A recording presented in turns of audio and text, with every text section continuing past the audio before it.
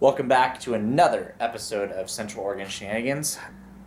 Get the pumps almost out. I've got the fuel lines. And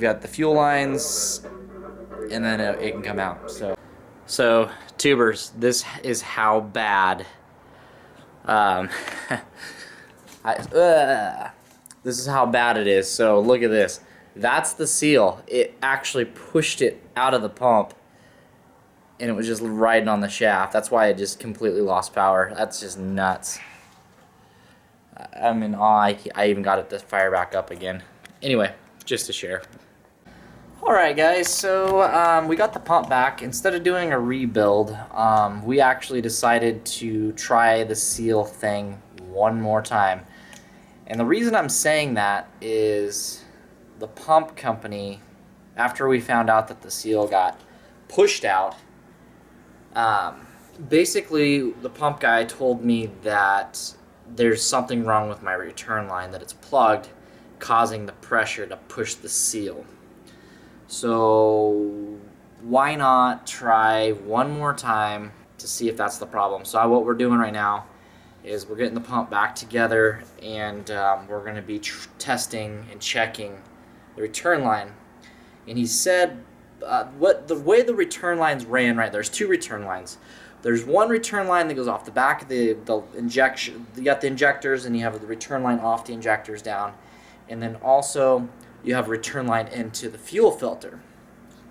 And sometimes those can get hung up and do weird things. And he was saying to tee off into the actual tank return line that's what the problem is. But I also need to check if the special banjo, there's another name for it, but basically a banjo bolt that goes through, that's not plugged and causing problems there. So we've got to basically disconnect a little chunk off the pump there and make sure that we're actually releasing fuel into a bucket. If we're not, that could have been our problem this whole time, is that the pressure needs to go somewhere. So I'm going to get this put together. I don't have all day to work on this today, so this is going to be a 2-day deal on getting this to the point where we can start it and run it again. If the seal does pop again or something fails and it doesn't work, then the pump's going in for the rebuild. Yeah, it makes a lot of sense now. We didn't check them. I mean, I know off the back of the injectors it was returning into a bucket before I plugged it in, but I didn't check the return line from the injection pump over to the fuel filter. So with that being said, let's get to it. It's back in, timed. I got my new seal on, guys. So yep, got the new sleeve kit put in, new seal. We're going to keep the tool this time just in case that's got to come back off, so we can get that cover on and off without fucking the new one up. So you can see the old one. Yeah, if you guys have a 4BT Cummins and you put the new seal on that, and with the Fix-It kit or any of them, you need that sleeve. Don't throw it away. Keep it. These aren't too expensive off eBay.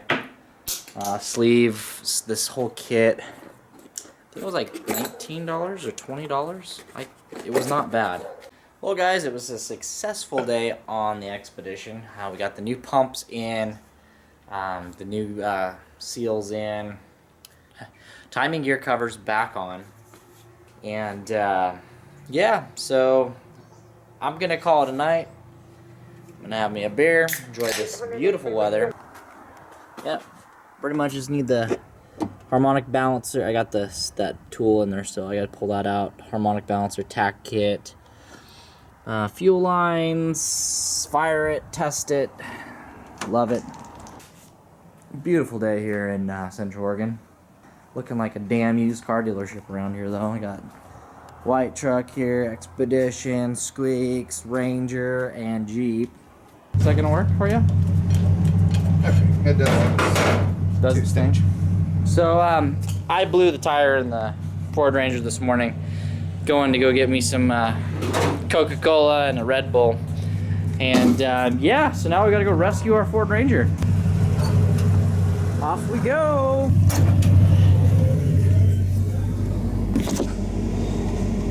Yeah.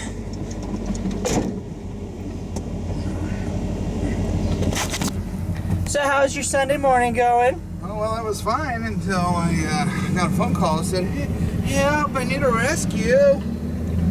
We're on a streak of good and bad luck. Yeah, I'm still blown away at the fuel tanks, or the fuel can from last night. You want to tell the timbers what we did?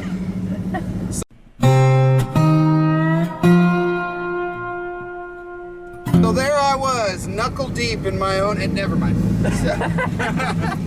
So no, we ran to O'Reilly's yesterday to go return some stuff. Forgot to put the tailgate up in the Ranger. I'm glad that didn't happen at 40 or 50 miles an hour down the back road. But we're heading to O'Reilly's, and we go and we take the back way because those tires on the Ranger are a little rotten, and I didn't feel comfortable driving it on the highway. And so we get to O'Reilly's and we realize James and I are dipshits and we didn't put the fucking tailgate up. James is panicked. I mean, crying, all kinds of nonsense. And I slapped him and I was like, hey, stop your fucking blubbering. But we came back and we're driving and it's pitch fucking black last night. All of a sudden I hear James, there it is. So I pull over and we pick up the fuel can. Well, I make a couple laps around where this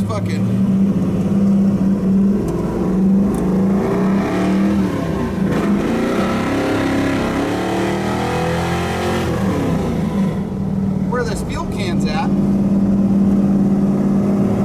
We don't see a puddle of diesel. We don't see huge trail marks where it was sitting there swirling out of control. Nothing. This can is set upright in the gravel, what, 50 feet, 40 feet off the road? Yeah. It fell out of the pickup, hit its ass, and slid to a stop upright. We only lost like maybe half a gallon of fucking diesel. And that was in the bed of the Ranger. And I was in the bed of the Ranger. So, and that was a 6-gallon can. I'm still, like I said, I'm blown away that happened. I figured I was on board with you. Maybe a gallon and a half left in the can. If it was laid on its side, puking diesel everywhere. Oh, fuck no. And then we were gonna take the Ranger out on BLM last night and just kind of go cruise it. And we just decided not to for some odd reason. And if we would have done that, this tire would have blown out there. So anyway, we're back to try to get the spare on the Ranger. You know, danger, Ranger.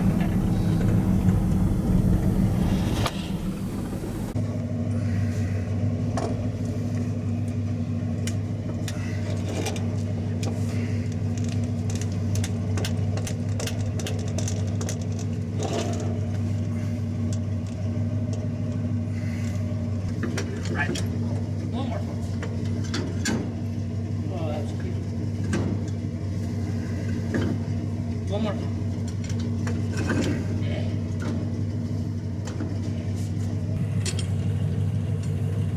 That spare looks a lot better than the tires that are on the cocksucker.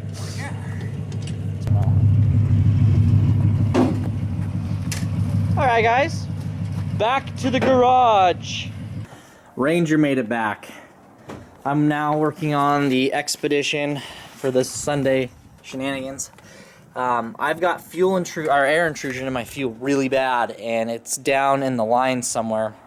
I think we've always had this problem, but now that we actually have the correct flow of fuel, Kyle mentioned more fuel is, more suction, more air. So I've got to do a lot of investigating because right now it doesn't want to run on the main tank. It wants to only run on a gas can to the pump, or to the lift pump. So I'm gonna start working on that. Kyle's got some Jeep shenanigans going on with door locks and power windows and bullshit and stuff and things. And we got to find a battery situation for this Jeep today. Try maybe to get one of these batteries charged up for it, see if it'll hold a charge. And then we're going to be putting the Ranger is going to be getting some new wheels and tires on it today. Yeah, some Jeep wheels.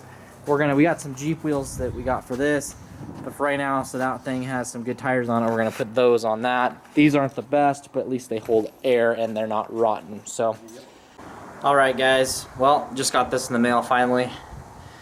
Could it have been this the whole stinking time? Let's find out. All right, guys, back from the parts store. I've got fuel line. So one thing Kyle and I did not do, actually it was more when I was building the fuel system, is if you guys remember, we never touched the inline fuel filter, and we used the stock slide over clamp on the tank. Well, the problem with that system is originally this Expedition used to push fuel from the tank to the engine, creating those clip-on dealios to push the other direction. We're now sucking fuel to the engine. So I have a feeling that's where our air intrusion has been coming this whole time. So I went underneath there, crawled under the Expedition, unhooked the clip-on deal, and then we went ahead, and since the fuel line isn't designed where we can actually just undo the inline fuel filter, which should have done in the first place. That's not the right setup because we already got a fuel filter up at the engine. We went ahead and cut the line, and we're going to run about 3 foot of soft line with some clamps and to the hard line. Then it's going to go hard line all the way down the fuel rail, or all from the fuel filter where the fuel filter is, from there all the way up to the engine. And then there's a 1 foot section of hose there to the lift pump, and then up into the engine. So Kyle, on the other hand,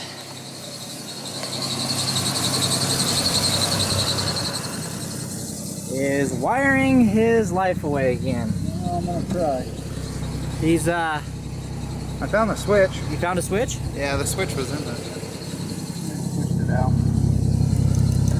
But He's still got no fucking power, so I don't know. All right, guys. So we've always had air intrusion on the Expedition. Overnight, it would lose its prime before. But before, we didn't have a full cycling fuel system because we had a plug bolt. We put the new bolt in, by the way. It is returning back to the tank. That's what was blowing the seal out the whole time. Now there's no air bubbles in the system. We're good. No air bubbles in the system at all. Starts up smooth. Should have been done at the beginning. We're learning as we go. So just gonna do some other stuff and things, and we might go for a drive. Okay. Good, good. So guys, we're gonna go ahead and try out our new camera. Old camera, new camera. Kind of give you a side-by-side so that you can see. Our new camera. Yeah. So- See if it's any better. I'm hoping. So yeah, that's pretty cool. It's only got a little bit of battery left in it. We'll take this camera with us too. Well, what do you mean with us? Yeah, we'll drive this. I'm not going for a drive. Just for a minute. You can take it for a drive. I can't hold the camera and drive at the same fucking time. Sure you can. I've seen you do it over the past.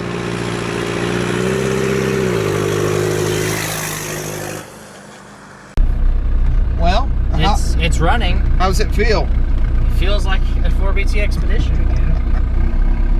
Got a little bit of a squeal I can hear. I don't know what that's all about.